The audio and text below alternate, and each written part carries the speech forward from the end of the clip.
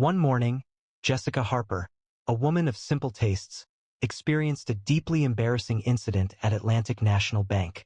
Her bag was emptied, coffee spilled onto her shirt, and she was pushed towards the exit, ridiculed for her sweatpants and treated with derision as if she were out of place. The lobby was filled with hushed whispers and scornful looks as she stood there, feeling frozen and utterly ashamed. However, the atmosphere abruptly shifted as her billionaire husband arrived. With a single, understated instruction, derision transformed into remorse, laughter into apprehension, and pride into complete astonishment. The bank presented a facade of smooth marble counters and subdued conversations, an environment where affluence seemed to permeate every gleaming surface. Jessica entered, dressed in gray sweatpants and a simple white t-shirt, her auburn hair pulled back in a relaxed ponytail. She possessed a striking beauty, with soft green eyes and a graceful demeanor, though her unassuming attire concealed it from view. Ethan stood nearby, dressed sharply in a tailored charcoal suit, projecting a sense of quiet confidence. They had come to open an account for the Harper Foundation, Jessica's nonprofit organization that invests millions in children's education, beginning with a substantial deposit for a new scholarship program. Ethan's phone vibrated. It was a call from abroad that he was obligated to answer. Consequently, he stepped outside, allowing Jessica to approach the counter by herself. She held a folder containing the necessary documents and offered a warm smile as she greeted the teller. Before the young clerk could reply, Vanessa Brooks, the branch manager, intervened. Vanessa, who was tall and appeared stern, with blonde hair neatly pulled back and a suit that conveyed authority, observed Jessica's clothing and paused. Her eyes narrowed, and her lips formed a thin, skeptical line. "Can I help you?" she inquired, her voice cold, as if Jessica had entered the incorrect location. Jessica maintained a calm tone. "I would like to open an account and make a deposit for the Harper Foundation." She pushed the folder across the counter, but Vanessa didn't acknowledge it. Instead, she bent over the counter, her eyes examining Jessica's sweatpants with disapproval. "And where did this money originate?" she demanded, her voice sharp enough to attract attention. "We represent a respected organization. Our clientele maintain a particular expectation. I require more than your assurance to confirm this isn't questionable." Jessica's face reddened, but she didn't object, simply opened the folder, indicating the documents. Vanessa didn't simply question her. She leaned across the counter, took Jessica's tote from her shoulder, and spilled its contents onto the floor. A phone, a wallet, keys, they scattered like refuse. "Let's see what you're truly carrying," she said, sneering, and kicked Jessica's wallet beneath a chair. Marcus clapped. "Bet it's stolen. Look at her clothes." Ryan reacted, whispering, "That's excessive." But Vanessa retorted, "Quiet, child. This is my performance." Jessica bent to collect her belongings, her hands shaking. Despite her distress, she remained composed, picking up her things as the crowd watched, their quietude feeling like a painful twist. Vanessa intervened. She grabbed the folder, examining its contents with a showy doubt, then threw it back onto the counter with a dismissive noise. "This could be fabricated, as far as I know," she stated, her voice growing louder. "People like you don't simply walk in with foundation money. What's your game?" Several clients waiting in the queue seemed restless, their gazes moving between Jessica and Vanessa. A man wearing a pinstripe suit quietly remarked to his wife, "She doesn't appear to fit in." Jessica's grip on the folder grew tighter, but she maintained her composure. "This is genuine. My husband and I—" Vanessa interrupted, advancing, her finger pointing just an inch from Jessica's face. "Don't offer me explanations." She spoke sharply. "I've seen your type, looking like you just woke up, thinking you can defraud a bank like this. I ought to summon security immediately." The room fell silent, many heads turning. A teller, Ryan, visibly flinched behind the counter, but remained silent. Jessica felt her heart race. She disliked confrontations, but she didn't react, maintaining her composure as a silent defense. The discomfort continued.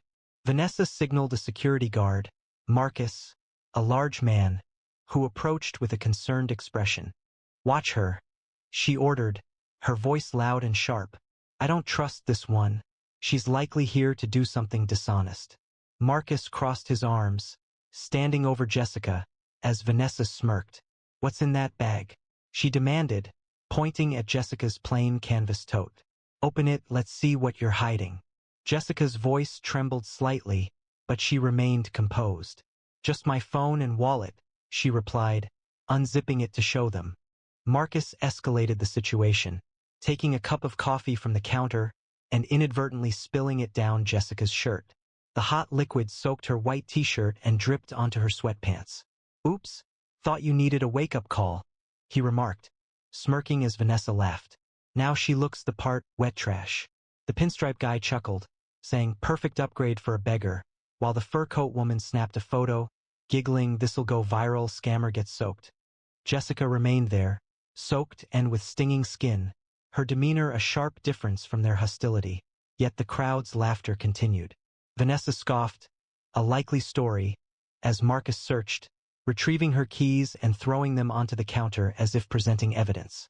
A woman in a fur coat close by chuckled, murmuring to her companion, she looks as if she's requesting money, not making a deposit. Vanessa proceeded with her remarks.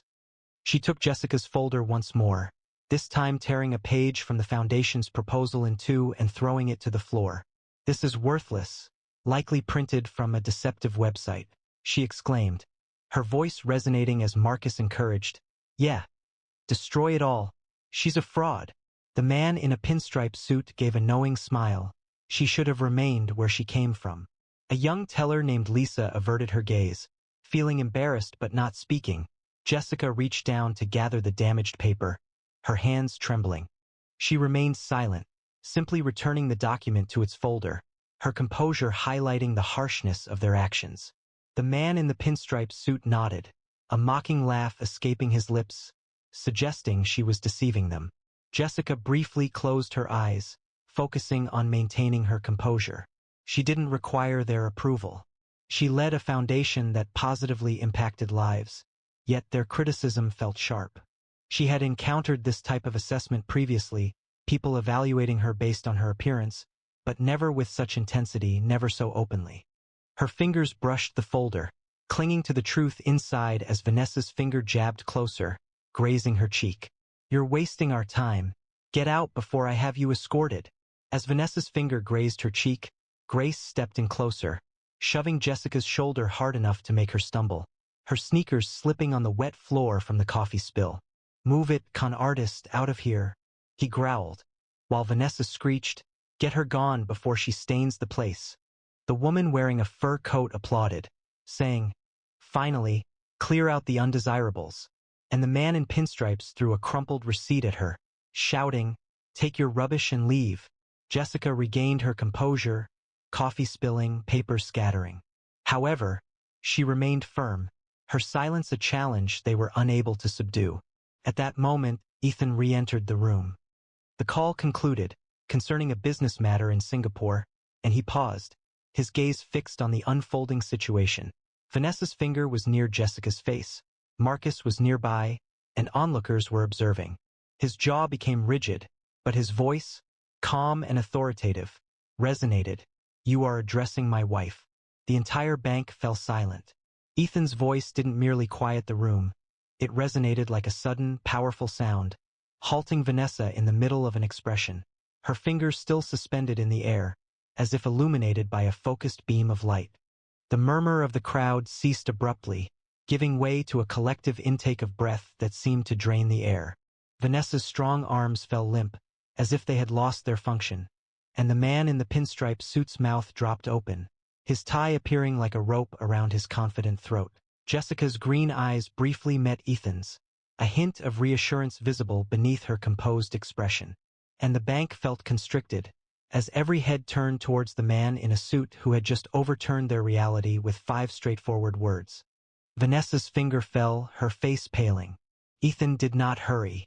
He walked, each step a measured rhythm that resonated off the marble, his suit slicing through the disarray like a blade through paper. Jessica breathed out, her shoulders relaxing for the first time since Vanessa's finger brushed her cheek. The coffee stain on her shirt, now a symbol of perseverance as Ethan's presence enveloped her like armor. The woman in the fur coat dropped her phone.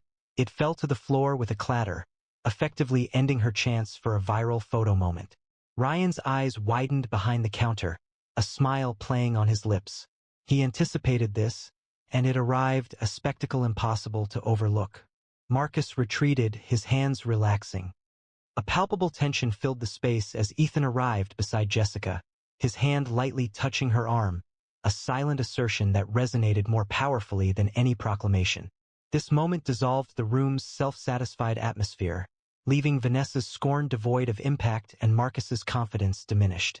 The man in the pinstripe suit recoiled, his wrinkled receipt still visible where Jessica had been, now symbolizing his flawed assessment, while the woman with the fur coat's laughter faded into a stifled cough, her fur seeming to envelop her in shame. Ethan's hazel eyes focused on Vanessa, conveying a sense of impending confrontation, and the audience perceived it. The situation shifted. The woman who had been the target of ridicule now commanded attention, poised to dispel every unkind remark. The man in the pinstripe suit's laughter ceased abruptly, and the woman wearing fur momentarily paused, her amusement cut short.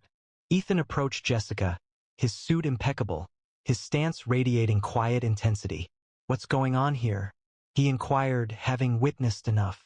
Jessica gently touched his arm, her gesture reassuring yet resolute. "It's okay, Ethan. I was simply attempting to open the account." Vanessa hesitated, speaking with a slight tremor. I was unaware." Ethan's gaze sharpened, interrupting her. "What did you not realize? That she is my wife, or that she is more valuable than your entire branch?" A palpable tension filled the room, as murmurs spread as people understood the situation. Ethan Harper wasn't merely wealthy. He was a billionaire investor, a dominant figure with over $300 million held at Atlantic National, his name frequently appearing in financial news. Vanessa's confidence faltered, her hands moving nervously with her blazer.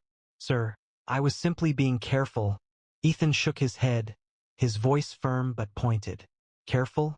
You publicly accused her of fraud because she wasn't wearing a designer dress. That isn't carefulness.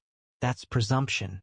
Jessica moved forward, her green eyes bright, her tone composed. "It's not about my being his wife. It's about you treating me as if I don't fit in because of my appearance. That's the issue here, not my account." The audience moved, some agreeing, others avoiding eye contact, acknowledging the reality of the situation. Marcus retreated to his position, lowering his head, as Ryan, the teller, quietly said, "I tried to warn her." The man in the pinstripe suit straightened his tie, falling silent, while the woman with the fur coat gripped her handbag, her enjoyment vanished. Ethan's eyes scanned the room, focusing on Vanessa. "You embarrassed her without justification. She's here to make a deposit that will assist children who would never otherwise be in a place like this. Children you would likely criticize as well." Jessica affirmed, stating the Harper Foundation isn't about appearances, it's about people. She added, "You didn't even ask." The glass doors opened, and a man in a gray suit hurried in. William Carter, the bank president, appeared, his face etched with worry. Ethan had likely contacted him, probably Ryan, and he'd left a meeting uptown. "Mr. Harper?" "Mrs. Harper," he said, breathless. "I'm so sorry, I just heard. Please, let's talk privately."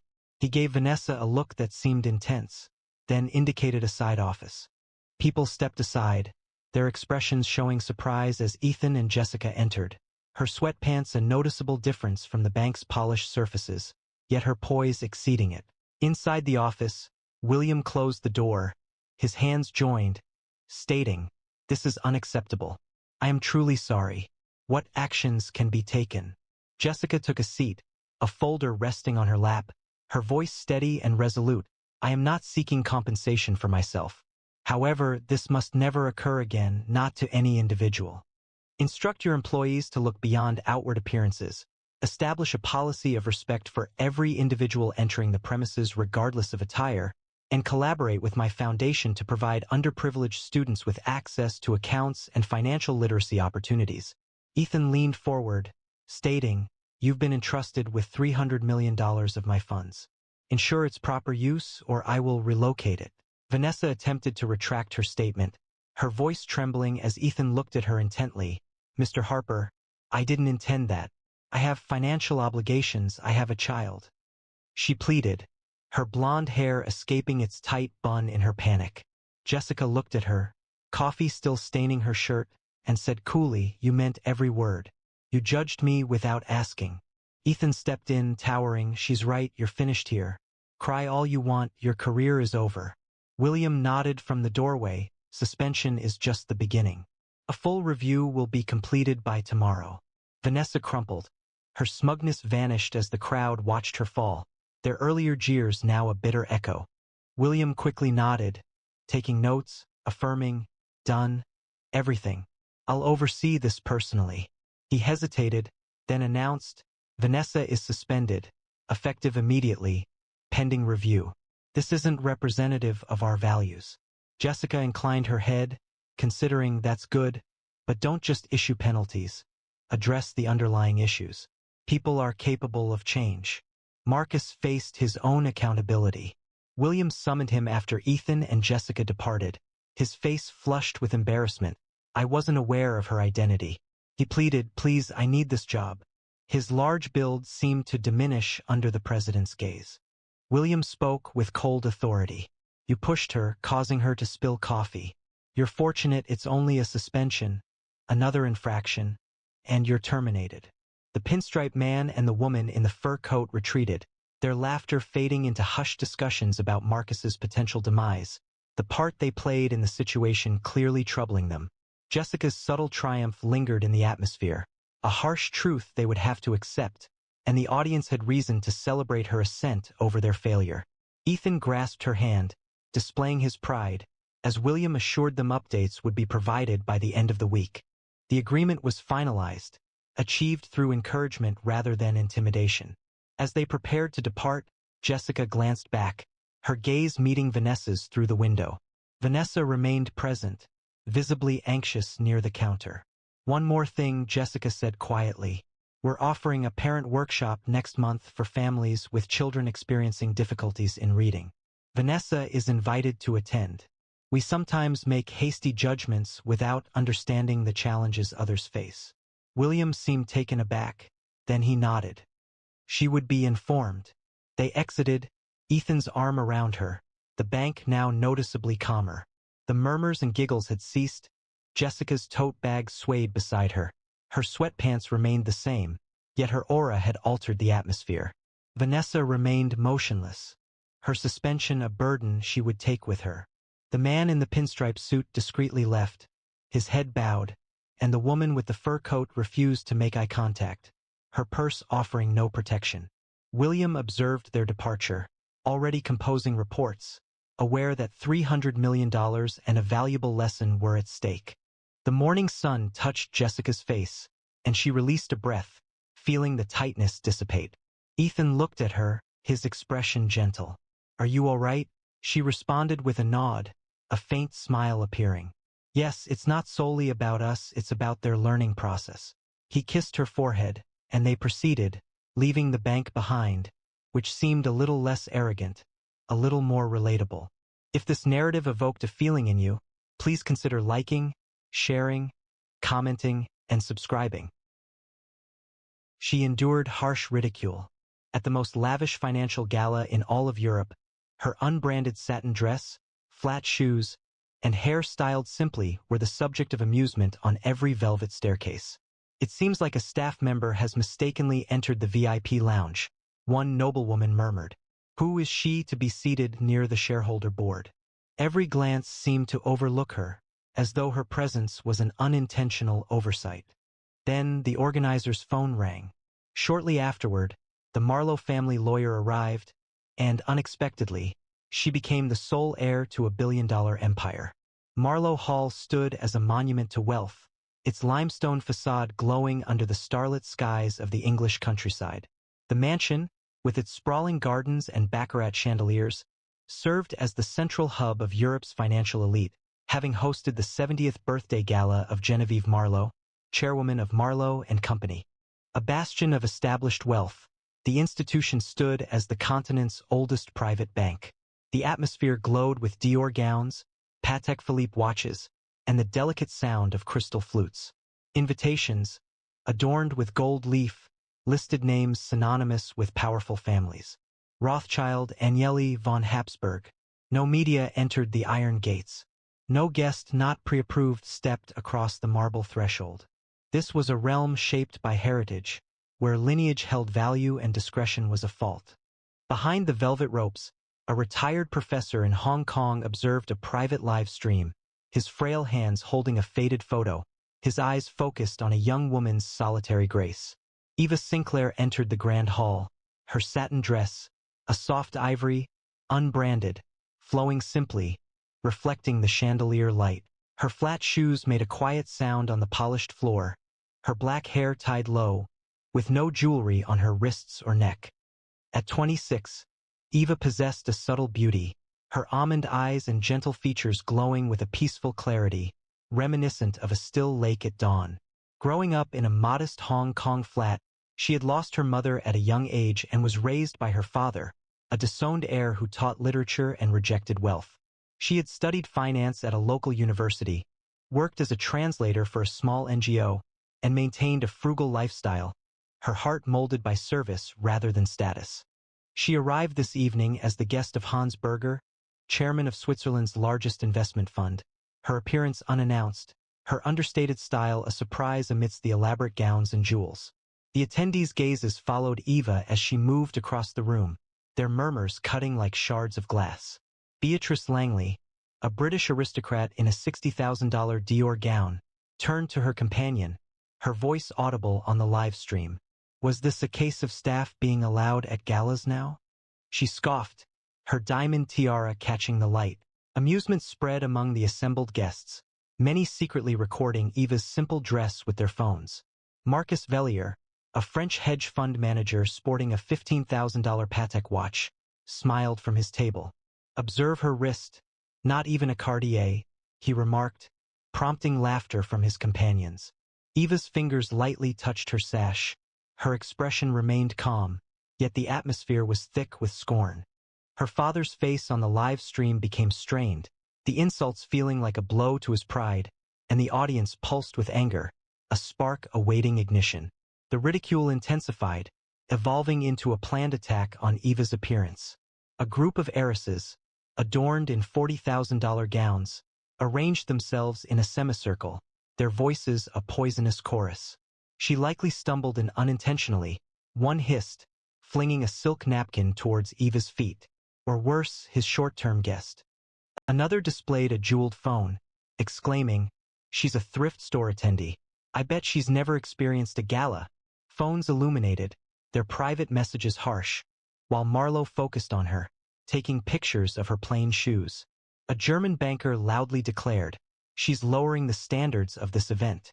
The crowd's laughter felt like a public condemnation, every word a sting against Eva's quietness.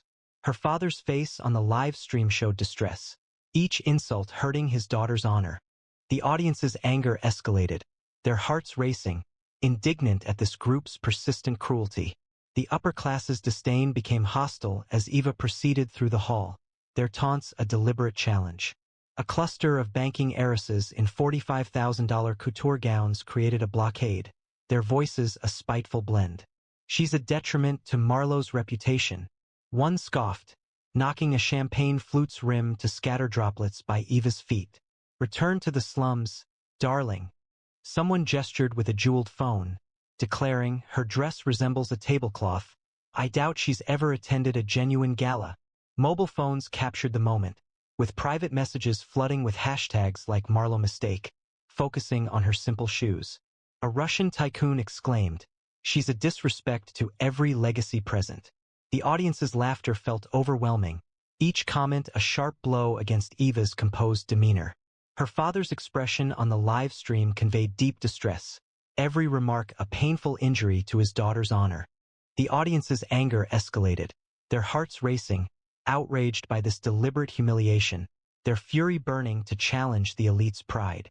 Genevieve Marlowe, the evening's host, came down the grand staircase, her $100,000 emerald necklace sparkling. She stopped close to Eva's table, her silver hair elegant, her voice filled with disdain. "I'm not sure who you are, dear," she stated, loud enough for the live stream to record. This table was designated for individuals sharing the name. Her companions chuckled, their jewelry sparkling, cameras recording Eva's composed expression. "Maybe you would feel more at ease with the staff," Genevieve suggested, indicating a side entrance.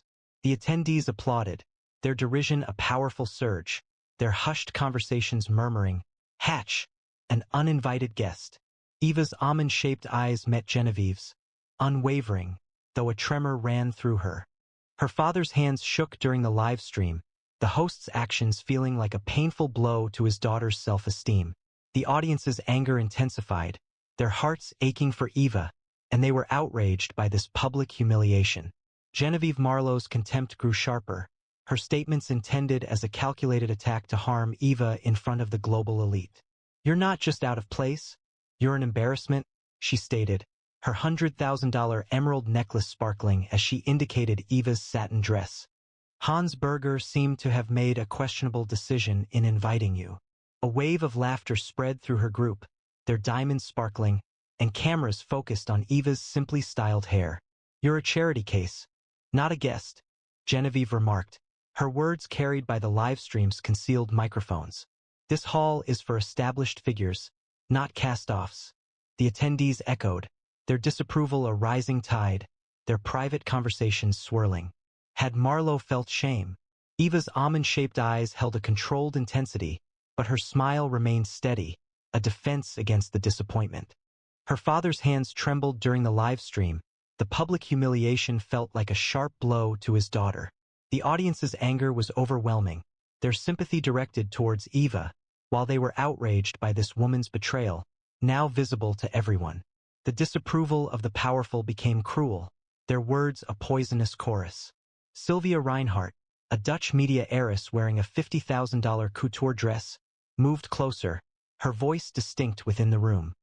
She seemed insignificant, likely paid to attend, she remarked, her words carried by the live stream's concealed microphones. Her associates concurred, one adding, "Her father must also be unremarkable. No wonder he isn't present." Numerous notifications appeared, private messages rapidly spreading, focusing on Eva's simply styled hair. A British lord's daughter exclaimed, "She is a disgrace to Marlowe's heritage." The laughter intensified, each remark feeling like a painful blow aimed at Eva's heart. Her father's face on the live stream conveyed immense distress, each falsehood a blow to his daughter's reputation.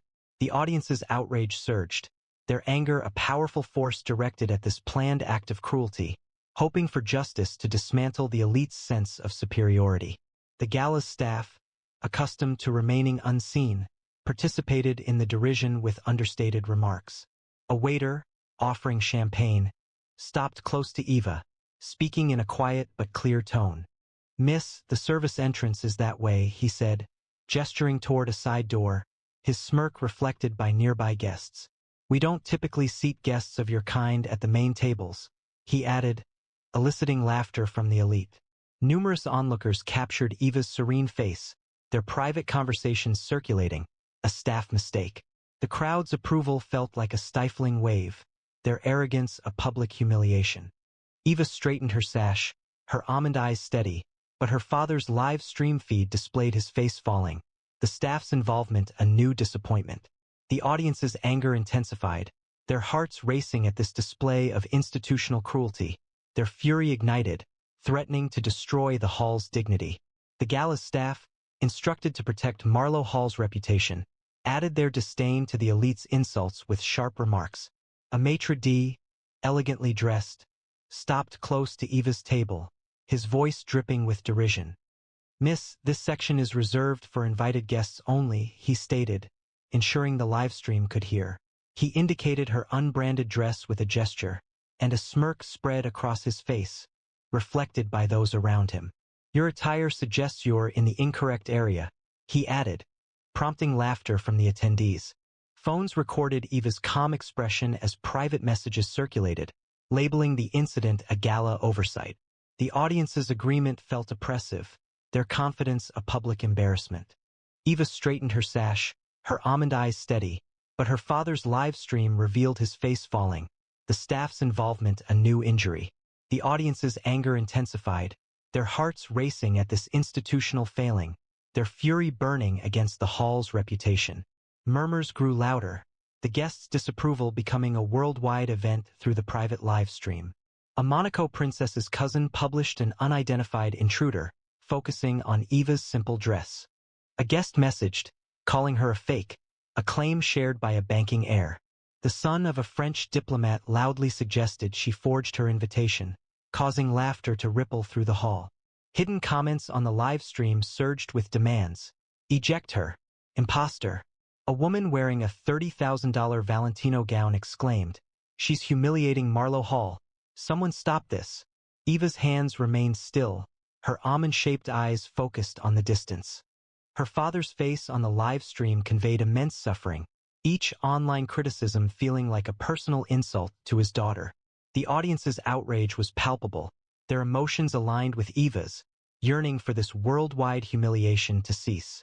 The guests' harshness escalated as they spread damaging stories, their voices a poisonous torrent intensified by the live stream. A Spanish duke's daughter moved closer, her $60,000 tiara sparkling, and said in a noticeable tone, "She's a fraud, likely coerced Berger to gain entry." Her companions acknowledged, their diamonds reflecting the light, one stating, "Her father's probably not even real, just a story to trick her here." Phones illuminated, private messages overflowing with falsehoods, as someone speculated, enlarging the image of Eva's loosely tied hair. A London financier exclaimed, "She's an imposter. Paulo has been deceived." The laughter resonated, each rumor a painful blow aimed at Eva's heart. Her father's image on the live stream displayed a face filled with anguish, each falsehood a hurt to his daughter's reputation. The audience's anger surged, their sympathies with Eva, their frustration a powerful force against this harmful accusations, eager for the truth to expose the elite's deceptions. A change occurred when Genevieve's secretary, a perceptive woman in a professional suit, visibly lost color during a phone call. Her phone vibrated repeatedly, and her voice shook as she spoke quietly to an assistant. The attendees observed, their quiet conversation stopping, phones being put down. The secretary quickly approached Genevieve, speaking urgently but softly, stating, "It's the Marlowe family's legal firm. The new heir is arriving immediately." The hall became still, the sound of crystal glasses being replaced by a feeling of anticipation. Eva remained composed, her satin dress unaffected by the disruption, her almond-shaped eyes peaceful. Her father's face on the live stream appeared gentler, a brief sign of hope visible in his expression. A palpable sense of excitement and apprehension filled the room, a mix of anger and anticipation hinting at an impending revelation. 10 minutes passed, and then the large doors opened, revealing a man in a gray suit, Edward Grayson, the personal lawyer for the deceased Alfred Marlowe, Genevieve's grandfather. He carried a sealed envelope and a single sheet of paper. The assembled group made way for him, their jewels losing their brilliance, their expressions strained. Grayson spoke, his voice calm amidst the quiet, stating, "By directive of Alfred Marlowe's last will, the board of Marlowe and Companion is required to convene without delay." He hesitated, his eyes meeting Eva's. "The only beneficiary of the Marlowe banking legacy is here this evening." A murmur went through the attendees, phones shaking, and the live stream became chaotic. The question arose, who is it? Not Genevieve? Eva subtly touched her sash, her expression unreadable, while her father, watching the live stream, showed a flash of pride. A palpable sense of expectation filled the room, transforming from resentment to amazement as the reality emerged. Grayson advanced, opening the envelope with careful precision. According to his statement, Alfred Marlowe's son, Henry, had been disowned for marrying a woman of Asian descent, a decision made contrary to the family's preferences. Henry and his wife had subsequently raised a daughter in seclusion, away from this society. That daughter is Eva Sinclair. He presented a document, a DNA test result, offering undeniable confirmation of Eva's heritage. According to Alfred's will, Eva is the sole heir to Marlowe and Company, possessing full control of its assets and board. A palpable stillness fell over the hall. Genevieve's emerald necklace seemed suddenly heavy, her face paling. Those guests who had previously mocked Eva appeared visibly uncomfortable, their phones momentarily forgotten. Eva's almond-shaped eyes met Grayson's, her silence radiating a powerful intensity. Her father's tears flowed during the live stream, his exile now appearing justified. The audience felt a surge of emotion, their anger shifting into celebration, as Eva's truth emerged, humbling the elite. The board members seated at the central table stood as one, their faces ashen. Genevieve's voice faltered. This is a mistake. But Grayson's gaze remained firm. The will is final. You and all other Marlowe branches are removed from ownership and the board, effective immediately. A collective gasp swept through the room. Their wealth felt inconsequential. Their standing vanished. Beatrice Langley's tiara dislodged. Marcus Vellier's watch ceased to function. Sylvia Reinhardt's couture dress appeared to droop. The live stream became a global phenomenon, with Eva Sinclair dominating social media, her quiet elegance quickly becoming iconic. The downfall of the elite was a striking display, their pride diminished to nothingness under Hans's direction. Genevieve's complexion paled, her emerald necklace appearing like an antique, and her name rose to prominence as a warning. Beatrice Langley's online presence crumbled, her derision becoming a widely shared embarrassment. Marcus Vellier's hedge fund experienced a sharp decline, his dismissiveness a visible failure. Media stocks of Sylvia Reinhardt crashed, her hashtags a social scar. The Spanish Duke's daughter hid her face, her tiara no shield against the live stream's captions. She mocked Eva Sinclair. The staff who'd sneered were escorted out, their careers ended. The guests who'd laughed were shunned, their influence null. Eva stood tall, her low-tied hair a quiet crown, her almond eyes unyielding. The live stream captured the elite's fall, comments flooding. They deserved it, Eva triumphs. A wave of emotion swept through the audience, shifting anger to a palpable sense of pride. Eva's triumph and Hans's response, a force that diminished the world's wealthiest, resonated deeply. Eva stood, her satin dress shimmering, her almond eyes gentle yet firm. Applause erupted from the audience, mirroring the downfall of the elite's arrogance as it yielded to her understated strength. Hans Berger, the Swiss investment fund chairman, rose from his seat, his movement commanding absolute silence across the hall. You challenged Eva Sinclair, the rightful successor of Marlowe and Company, he stated, his steel-gray eyes blazing. Your wealth, your titles are meaningless when compared to her legacy. He produced his phone, showing a series of canceled deals, banking contracts with Beatrice Langley, investment partnerships with Marcus Vellier, trade agreements with Sylvia Reinhardt, all terminated. Your names have been removed from my fund's network, he announced, his gaze fixed on Genevieve. You have forfeited more than a seat, you have lost your future. The crowd's gasps echoed, their expectations shifting under his command. The live stream quickly became a worldwide trend, with comments appearing rapidly. He's unstoppable. At Eva, justice.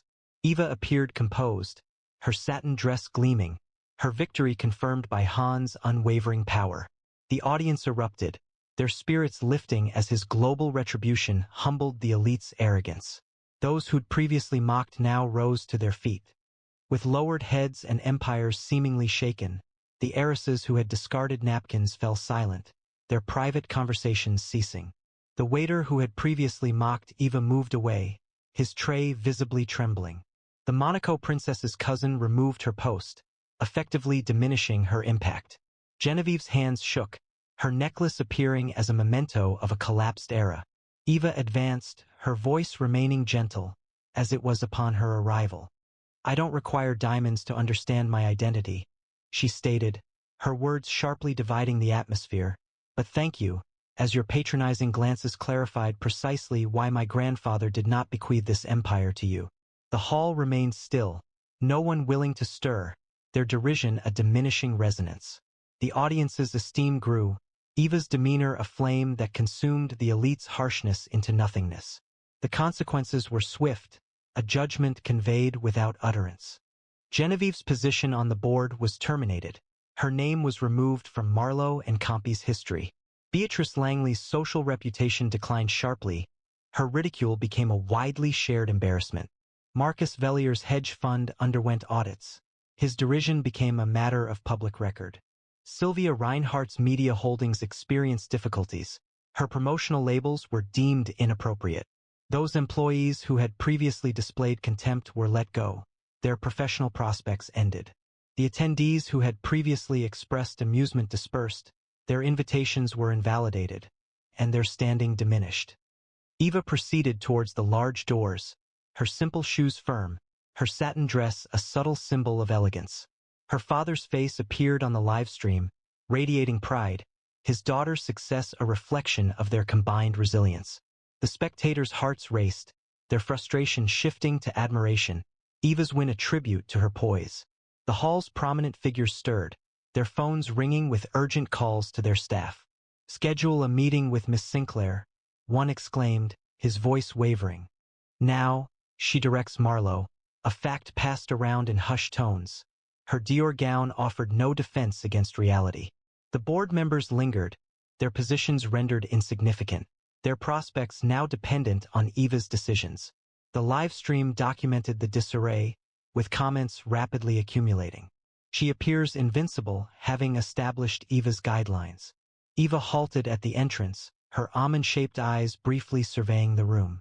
She was unaccompanied, without security or a retinue. She entered the night, leaving behind a procession of the world's wealthiest individuals vying for her notice, their gestures a quiet acknowledgement of her power. She possessed no aristocratic lineage, no jewelry adorning her wrist, no familiar name among them, but she held one distinction that none at Marlowe Hall did, a heritage that compelled the world's elite to show deference. Like, share, and subscribe for more stories like this, and tell us in the comments, would you have maintained your silence as Eva did? She endured a deeply embarrassing ordeal. During her wedding, each step she took down the Montclair Castle aisle felt oppressive, as if crushed under the weight of mocking stares. "Wait, that's the bride," someone derisively commented. They thought she was a member of the staff who was lost. Her dress was simple silk, lacking any embellishments, no shimmer, no train, no designer lace. She proceeded alone, without bridesmaids or family. And beneath the sound of clinking wine glasses arose whispers, cutting like knives. Was she deserted? She isn't suitable to be a billionaire's wife.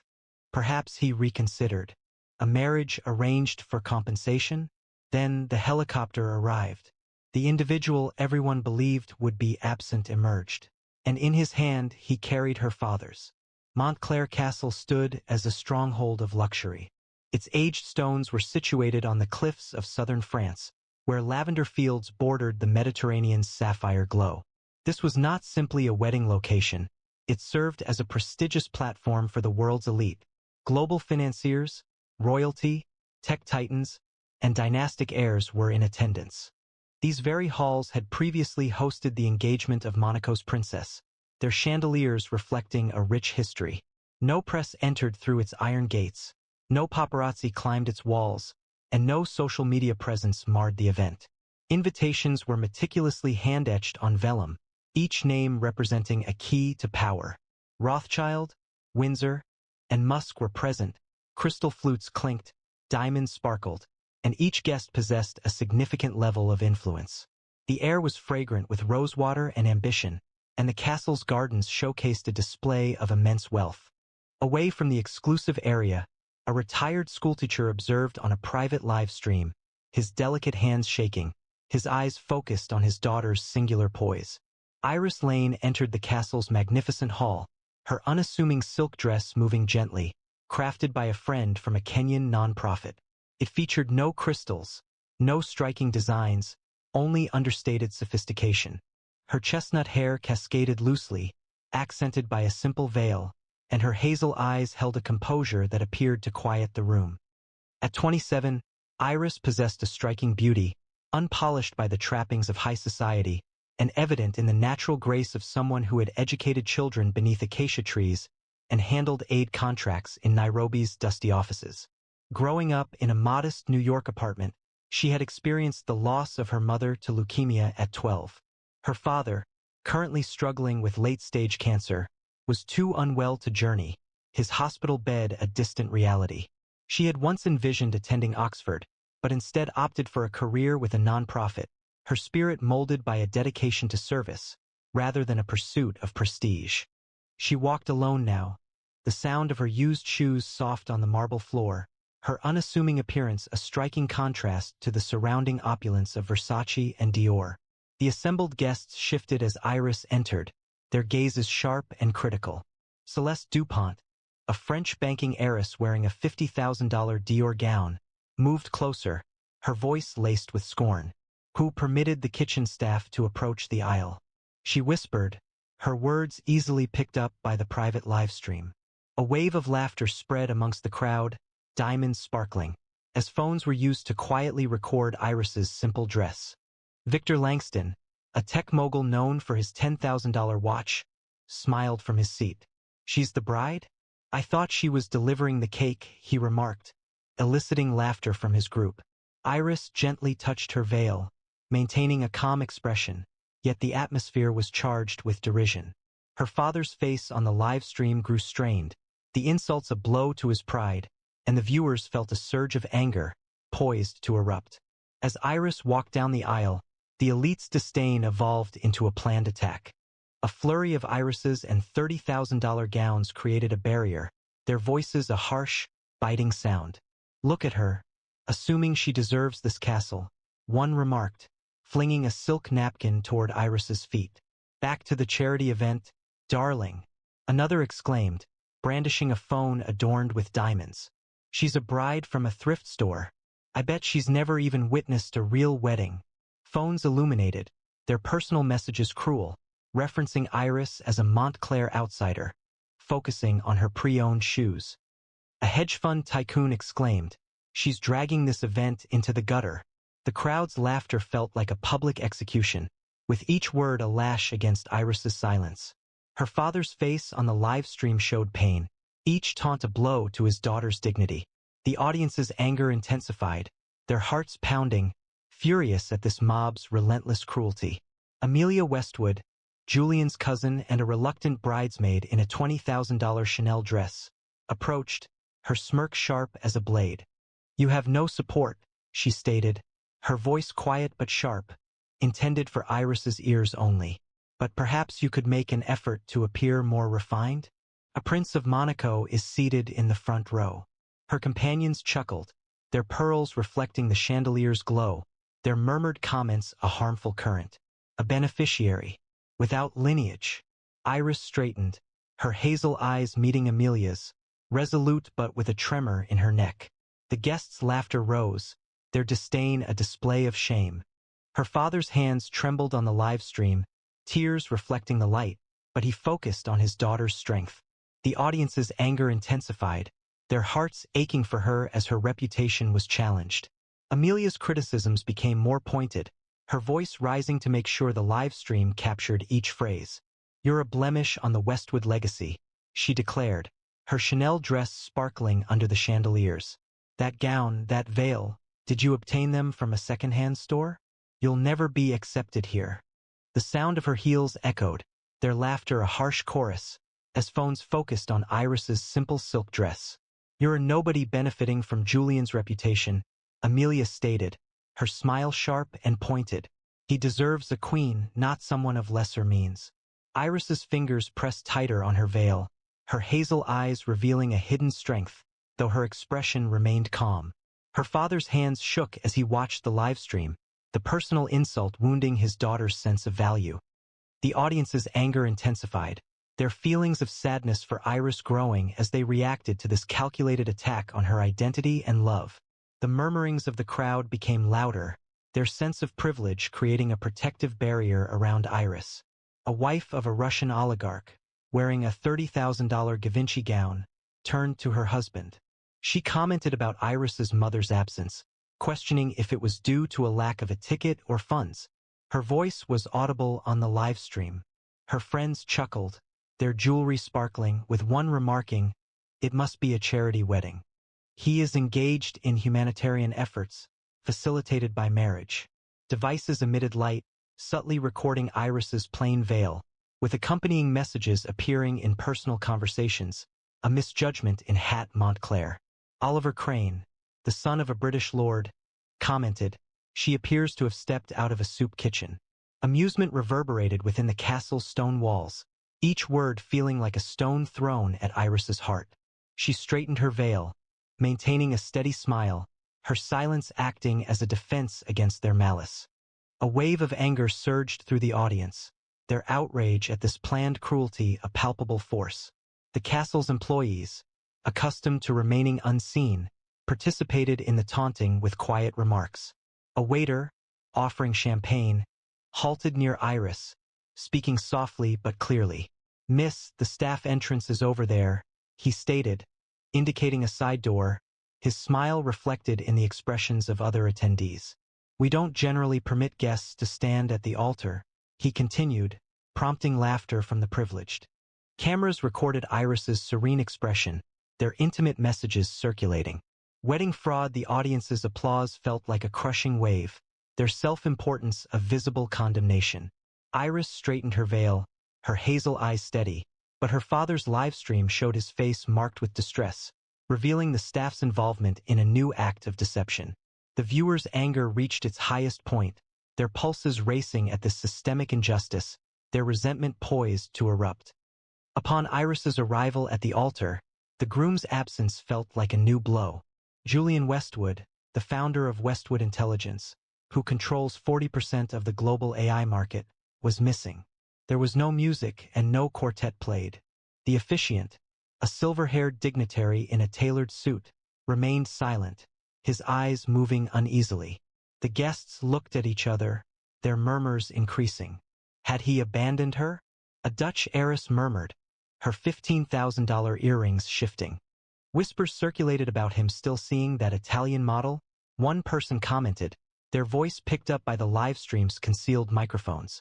Perhaps this entire situation was a publicity maneuver, someone suggested. Marry, then vanish. Iris remained solitary, her simple dress sharply contrasting with the vacant spot next to her, her hazel eyes focused on the distant view. Her father's expression on the live stream faltered, the rejection a painful blow, and the audience's anger intensified, hoping for this public humiliation to cease. The live stream transformed into a space of harsh judgment, intensifying the elite's disdain for a worldwide audience. Phones illuminated, guests sharing messages in private chats, their comments a public condemnation. Nana Mebride, one read, focusing on Iris's simple veil. "She's a fraud," another posted, disseminated by a royal's cousin. A guest exclaimed, "Bet she paid to wear that gown," which triggered a surge of laughter that resonated throughout the hall.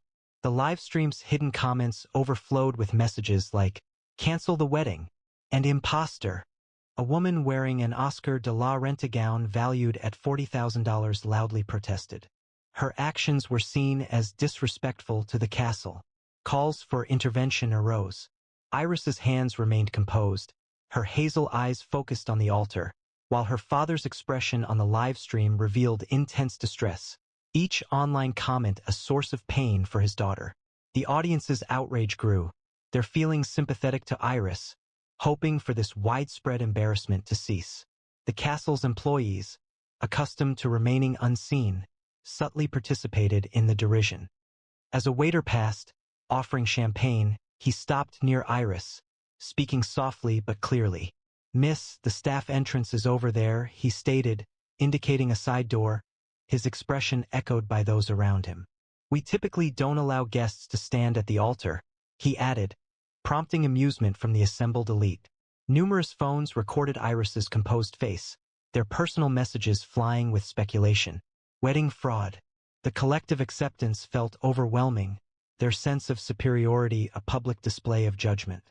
Iris adjusted her veil, her hazel eyes unwavering, but her father's live stream feed showed his face etched with pain, revealing the staff's complicity in a fresh betrayal. The audience's anger intensified, their hearts pounding at this institutional cruelty, their outrage a fire ready to explode. The whispers grew into a crescendo, the guests scorn a global spectacle via the private live stream. A German tech heiress posted about no-name bride, zooming in on Iris's plain gown. A guest texted, describing her as a nobody, a message shared by a royal's cousin. The wife of a French diplomat exclaimed, "Bet she forged her invitation." This sparked laughter that resonated throughout the hall. The live stream's hidden comments became a torrent. Cancel the wedding. One read, fraud. Another woman, wearing a $25,000 Valentino dress, declared, she's humiliating the Westwood name. Someone urgently called for an intervention. Iris's hands remained steady, her hazel eyes focused on the altar, but her father's face on the live stream displayed profound distress, each digital interaction feeling like a painful setback for his daughter. The audience's displeasure surged, their emotions with Iris, yearning for this staged cruelty to cease. The quiet lingered, the altar vacant, the guests' presence a constant barrage. Then, a faint hum filled the air, rotating blades cutting through the sky. A helicopter landed on Montclair's back lawn, its black frame gleaming, its roar silencing the whispers. The doors opened and Julian Westwood stepped out, his tailored jacket dusted with snow, his tie undone, a leather case in hand. But the man beside him caused a stir, Iris's father, frail, his hospital gown replaced with a simple suit, his eyes bright with pride. Julian had flown to New York, engaged an international medical team, and arranged the flight to bring him here. A hush fell over the audience, their phones shaking, as the live stream exploded with activity. A collective gasp arose. Was that her father? Iris's hazel eyes grew wide, her breath paused, her composure faltering for the first time. The audience's spirits lifted, their frustration transforming into wonder, the reality a revelation.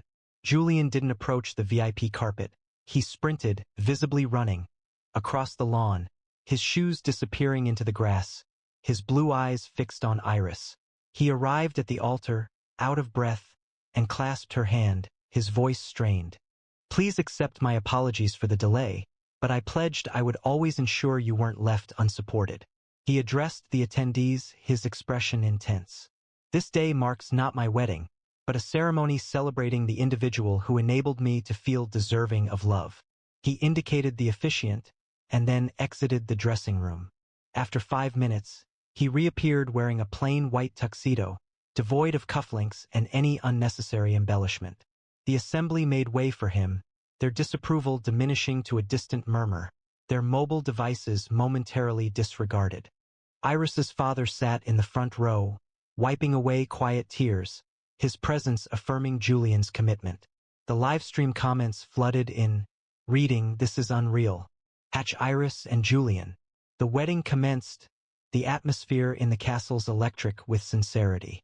As Julian positioned himself beside Iris, he addressed the assembled guests, his voice powerful enough to quiet any remaining murmurs. "You ridiculed my wife, believing her to be inadequate alone," he declared, his blue eyes intensely focused. "Iris Lane remains the core of this castle, and you will be held accountable for your actions." He presented a tablet, showing canceled agreements, suspended accounts, and terminated collaborations. "Each of you who mocked me, your names are removed from my network," he stated, his eyes fixed on Amelia. "You, cousin, are excluded from the Westwood Empire completely." The assembly reacted with shock, their jewels losing their brilliance, their standing diminishing. Celeste DuPont's banking arrangements collapsed, Victor Langston's technology corporation weakened, and the livestream became viral.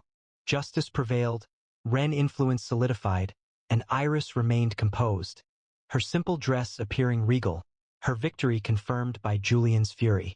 The viewers applauded, their spirits lifted as his power diminished the arrogance of the influential.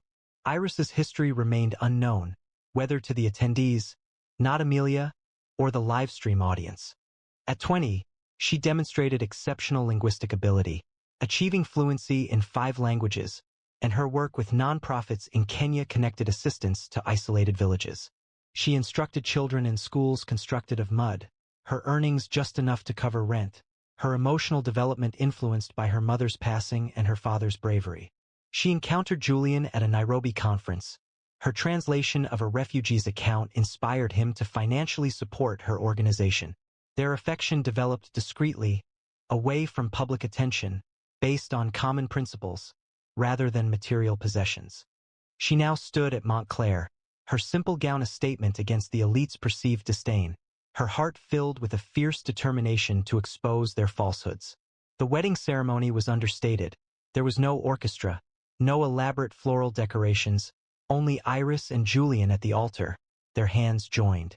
The officiant spoke with a calm voice, his words a solemn promise of commitment, honor, and enduring love. Iris's father stood, visibly weakened but steadfast, and took her hand, leading her to Julian. The guests stood, the memory of their previous harshness a burden they carried, their quietness a strained politeness. Julian's gaze remained fixed on Iris, his self-esteem a suppressed intensity. The live stream recorded their promises, with comments appearing rapidly. "She's a queen, a Montclair miracle." The castle's order changed, its entrances opening further, its essence redefined by a woman who had faced rejection and now seemed beyond reproach. Julian moved ahead, needing no amplification, his voice sharp and clear. "I heard every word that was said, and I am aware of who spoke." He turned to Amelia, his cousin, his expression chilling. "You invoked the Westwood name to disparage my wife? You are hereby removed from every family trust established under my name." Her Chanel dress appeared to droop, her smirk vanished, her standing diminished. He addressed the guests, his blue eyes fierce. "Those of you who questioned her worth, who referred to her as the bride with no name, you are no longer included in any of my future deals. Ever." A hush fell over the assembly, their jewels losing their luster, their power wavering. Celeste Dupont's glass broke upon the marble floor, Victor Langston's timepiece ceased functioning, Oliver Crane's distinction proved insignificant. The live stream rapidly gained global prominence, with Iris Lane dominating social media, her lone walk becoming a celebrated event. The elite's decline was instantaneous, their pride collapsing under Julian's direction. Amelia's complexion paled, her financial resources cut off, her influence dispersing as their humiliation spread online. Celeste Dupont's banking empire encountered sanctions, her derision a public embarrassment. Victor Langston's tech agreements were terminated, his contempt a critical error. The Russian oligarch's wife departed, her Givenchy gown offering no protection from the rumors. She disrespected Westwood's bride. Oliver Crane's lordship was the subject of ridicule, his wagers a humiliation. The employees who had sneered were dismissed, their careers ended. The attendees who had laughed were denied access, their standing diminished. Iris stood beside Julian, her simple veil a quiet crown, her hazel eyes unwavering. The live stream recorded the outcome, comments appearing rapidly, they received what was due. Hail Iris resonated within the audience's hearts, their anger shifting into pride. Iris's victory and Julian's fury, a blaze that consumed the elite's injustice. The repercussions were immediate, a resolution brought without words. Amelia retreated into the castle's shadows, her trust fund depleted, her followers avoiding her. Celeste Dupont's banking empire underwent audits, her disdain a public mark. Victor Langston's tech deals failed, his derision a widely shared error. The Russian oligarch's wife departed, her Givenchy gown offering no protection from the rumors. She criticized Westwood's wife. Oliver Crane's lordship was ridiculed, his wagers a shame. The employees who had sneered were terminated, their identification removed, their careers ended. The attendees who had laughed dispersed, their invitations canceled, their power diminished. Iris stood beside Julian, her simple gown gleaming, her hazel eyes gentle yet firm. The audience's hearts pounded, their anger changing into pride. Iris's victory was a force that consumed the elite's harshness. Iris's father sat in the front row, his tears silent, his suit a gift from Julian. He rose again, took Iris's hand, and placed it in Julian's, his voice a whisper. "You've always been enough."